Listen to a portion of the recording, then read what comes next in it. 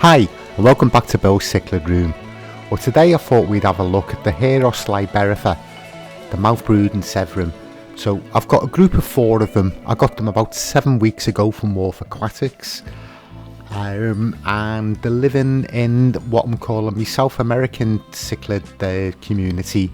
So they share the tank with 6 of the Guinea gayi, the 6 of the chocolate cichlids, all different sizes, which are all like offspring of the ones that I've bred in the past.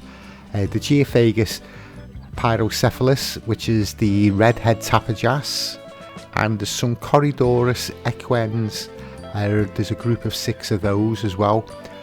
So yeah, they've been in this tank since I set it up, as I say, about 7 or 8 weeks ago.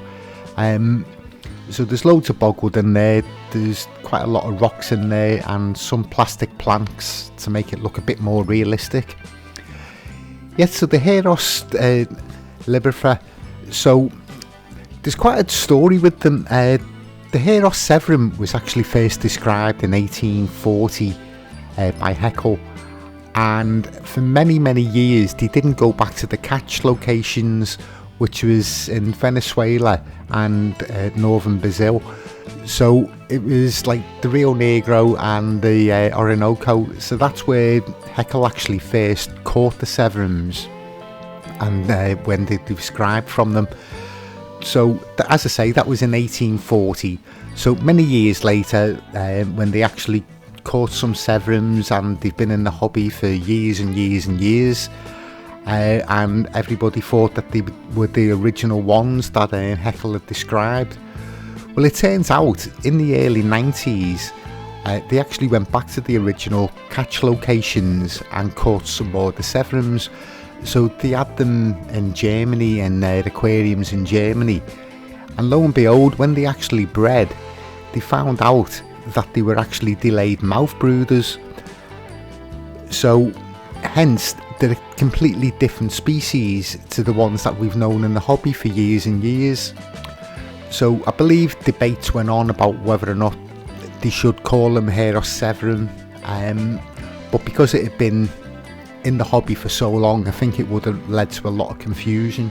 So what they actually did is they actually described it, and this was in 2015.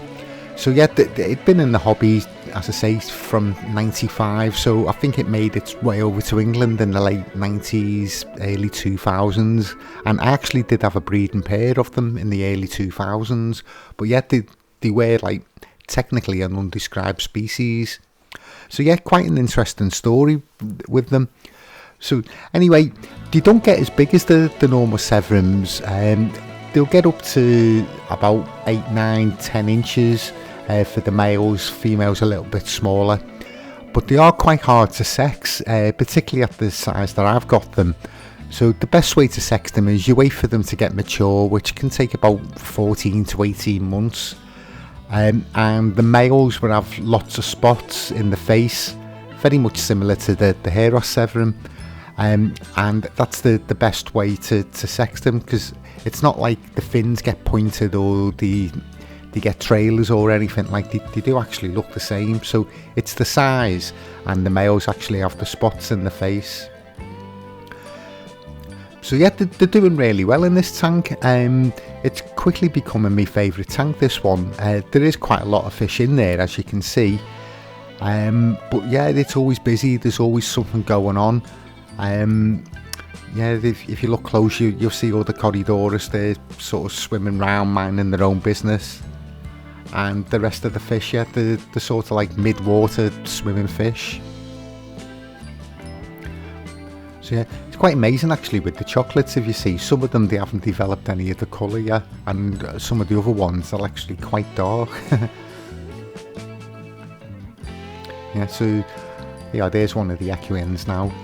So yeah, I've put some food in for them. Yeah, so like they like all the green stuff, so they'll feed on all the frozen food, like any green stuff, any like lettuce, sprouts, that sort of thing. Not that I feed my fish on that, but like reading up on them, like that's what they do prefer.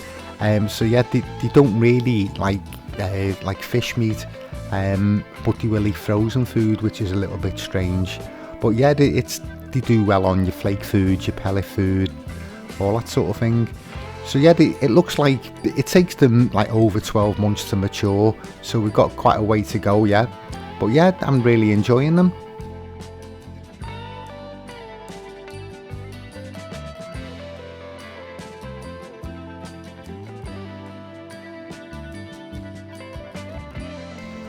Yeah, so Heros liberifer. So what the name actually means, liberifer actually means children carrier. So that obviously relates to the fact that they're delayed mouth brooders.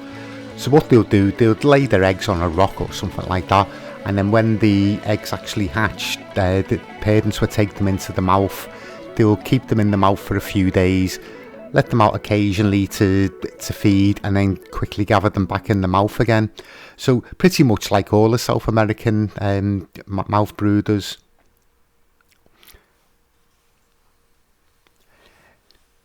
Yeah, so I highly recommend them. Obviously, if you've kept Severums in the past, they're pretty much the same. You keep them. The pH of the water in the wild, it goes down to 4 pH and goes up to 6 pH. But yeah, they do well in your normal water conditions. So these ones, they're kept at a temperature of 78 degrees and the pH is about neutral. So yeah, they're doing really well. So anyway, thanks for watching. I hope I've taught you something that you didn't know about them. I know they do pop up from time to time in like aquarium shops. So yeah, I hope you enjoyed the video. So if you did, please hit the subscribe button, click the like button, share the video if you think anybody else might be interested in it, and I'll see you all on the next video.